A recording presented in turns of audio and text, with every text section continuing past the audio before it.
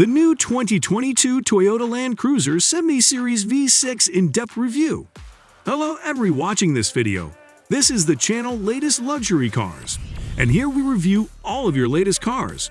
And today we are giving you in-depth review for the new 2022 Toyota LandCruiser 70 Series V6. Let's start. Toyota LandCruiser has turned 70, and Toyota Australia is commemorating the milestone with a limited edition version of the Toyota LandCruiser 70 Series family for 2022. Only 600 LandCruiser 70th anniversary models will be available in Toyota Australia stores beginning in September 2021. With 320 dual-cab chassis utes, 79 series, 200 single-cab chassis utes, and 84 door wagons, 76 series. Prices for dual-cab cars start at $82,600 before on-road expenses, $80,050 before on-road costs for single-cab models, and $78,500 before on-road costs for wagon examples. It's agribusiness. In reality, the driving experience of the 70 series may vary as much as day and night, depending on where and how it is driven. The diesel V8 is large, loud, sluggish, and appears to be understressed, with torque as flat as the nullarbor plane. Its sweet area is so tight, 1,500 to 3,000 RPM, or so it feels, and the 5-speed is so short-geared that you are rowing away at the big gear lever madly to make any type of quick getaway. In fact, say from takeoff uphill, you can nearly disregard first gear and operate it as a 4-speed. Furthermore, the track of effort is such that you can shift into fifth at 60 km per hour and ride the throttle all the way to motorway speeds. Engine transmission, fuel consumption, and access control. The 4.5-liter turbo diesel V8 engine in all 70 series models produces 151 kW at 3,400 RPM and 430 Nm at 1,200 to 3,200 RPM, and is paired with a 5-speed manual transmission. This is a tried-and-true combination that provides enough of usable torque throughout a long, flat torque curve, making it suitable for low-range fording and towing. All 70 series vehicles include a transfer case with high and low-range gearing that operates through the old stubby stick, as well as front and rear diff locking. On a combined cycle, the official fuel consumption is 10.7 liters in 100 km. Our actual fuel usage for this test was 12.3 liters in 100 km, which was good considering we spent a lot of time on the mud and used low-range 4D, so if you drive like me, you should get roughly 1056 km out of the LC79's 130-liter fuel tank while doing a combination of road and dirt tracks, as well as some low-range fording. If you can keep your fuel usage near to the official amount, you can increase the range to roughly 1,200 km. Remember to subtract 30 to 50 kilometers from any anticipated fuel range figure to have a clearer understanding of your safe touring range. You would be safe to assume that something that looks like a box on wheels also drives like a box on wheels. But the news is not all that bad. Ride and handling are actually quite good, thanks to a coil-sprung front live axle and a leaf-sprung rear live axle that keep the steel ladder frame chassis stable and controlled in a variety of driving scenarios. The steering it has a lovely balance, and it's a really pleasant open road cruiser in 5th gear. You can just let the 79 series stretch its legs while you enjoy the ride. The seats are really pleasant, and I have driven a few different 70 series: the dual cab, the wagon, the troupe, and this one. And these seats are extremely easy to spend a lot of time on. And like traditional style Fords like the Jeep Wrangler Rubicon and the Suzuki Jimny, the 79 series demands a lot from the driver, which makes you feel dialed into the vehicle. It makes driving the 79 a real visceral experience, a windows down, feel every bump kind of drive, which I, for one, really enjoy. Safety measures.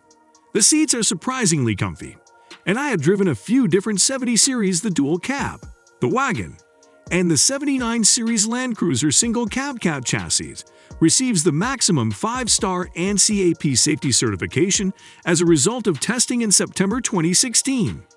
Driver and front passenger airbags are standard, as are curtain shield and driver's knee airbags, braking assist, vehicle stability control, hill start assist control, electronic brake force distribution, and active traction control.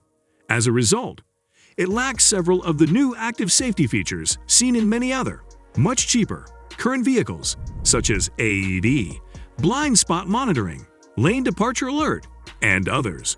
The seats are surprisingly comfy, and I'd have spent many long days and kilometers in a variety of 70 series models, dual cab wagon, and sedan. It's also comforting to know that the disc brakes at each corner have plenty of bite in an emergency. However, there are a few drawbacks. The cabin is fairly loud because it is a straight up and down space. You hear a lot of wind noise, a lot of tire roar, and a lot of engine noise.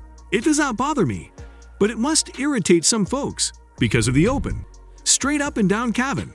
There is plenty of vision to see where you're going on bush paths and all around you. The part-time dual-range 4WD system is simple to operate. Simply push the stubby stick down, and in low range. This is an all-conquering bush beast. The huge V8 produces so much torque that you can use it throughout a wide range of revs. So, in addition to that highly torquey engine, fantastic low-range gearing, and good engine braking basically, an entire setup designed for hardcore off-roading. The 79 series is so powerful that you can forgive it for sacrificing a lot in terms of comfort and refinement. The ground clearance is 235 mm, and the wading depth is 700 mm. The 79 series single cab received a 5-star NCAP safety rating in a 2016 evaluation. It is the only LandCruiser 70 model with that rating. This was based on a frontal offset collision rating of 14.75 out of 16, a side impact score of 16, and whiplash and pedestrian protection ratings of good and marginal, respectively. The drawback is that this earlier 2016 evaluation was less thorough than the current regime. Standard safety equipment comprises the following: control of traction, anti-lock braking system, ABS. There are 6 airbags. Seat belt warnings. Outside of the passive cruise control feature, no active safety or convenience systems, such as autonomous emergency braking, lane assist systems, or a reversing camera, are installed. Interior and exterior design. There are some contemporary conveniences, such as Bluetooth phone and music streaming and USB connections. However, from the manual air conditioning and mirrors to the mechanical 44 mode selection and lack of a digital speedometer, the 70 series is as archaic as you will find in any dealership, despite the fact that you get a switch for the powered aerial and a CD player. You know what? That's all right. With the exception of a reversing camera and rear parking sensors, the interior provides practically everything you need for its assigned job in the motoring world, both of which you immediately realize would be quite useful, given the difficulty in assessing the back end while reverse parking. Despite this, the large window surface and low sills provide excellent outward visibility, and, unlike the 76 series wagon's severe blind spots, the 79 series Utes view through the back window is outstanding. It's also surprisingly comfortable. The seats, legroom and headroom, and control placement all contribute to a pleasant and fatigue-free environment for lengthy rides. The bluff dash fascia, robust surfaces, and even the baseball bat-like gear shifter are all within easy reach. And the materials selected are completely appropriate for the 70 series intended use in rough, dirty, muddy settings. The big head scratcher here is the seat trim, the GXL, on which the 70th anniversary is based. Goes from vinyl to cloth, but our tester has gray trim that appears to have come off a plastic cow. Toyota refers to it as quality black upholstery, yet it looks and feels just like gray vinyl. Stowage is a collection of little trays that appear to be an afterthought. Then you notice that it works amazingly well. A square holster beneath the air conditioning control, directly beside the front USB ports, fits your phone nicely, and the matted oddment compartments are great for keys and small things, while wallets fit neatly in the narrow door bins.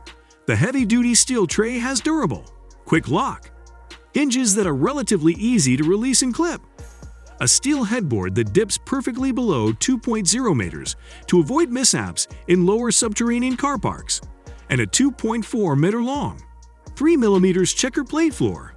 The payload is 1225. You have reached till of this video. Hope you liked it, and if you did, subscribe to our channel latest luxury cars. And stay tuned for more exciting in-depth reviews on latest cars.